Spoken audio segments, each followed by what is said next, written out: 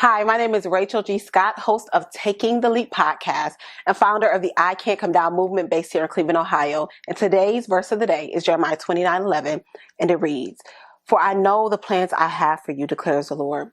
Plans to prosper you and not to harm you. Plans to give you hope and a future." I love this verse, but usually I focus more on the first part of the verse. However, more recently, my attention has been drawn to the second half, plans to give you hope and a future. Some versions say to give you an expected end. You know, every year I ask God for a word or a scripture to steward throughout that year. This year, he surprised me with not one, but two words, routine and expectancy. The first word, I'll admit, I needed help with, but I was still surprised at how practical the word was.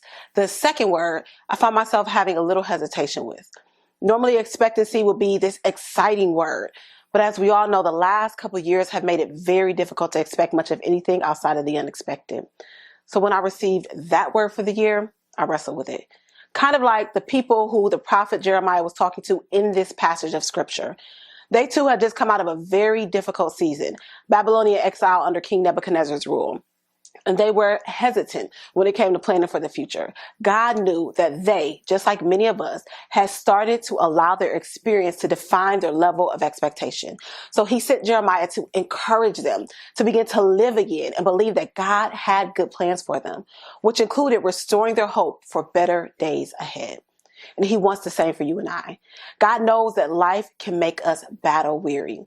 But he wants us to realize and believe that no matter what our situation is or was, he has good things planned.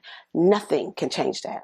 So I want to encourage you to begin to believe again that God's good plans will far exceed the discouragement or disappointment in your past. Be encouraged, family, and God bless.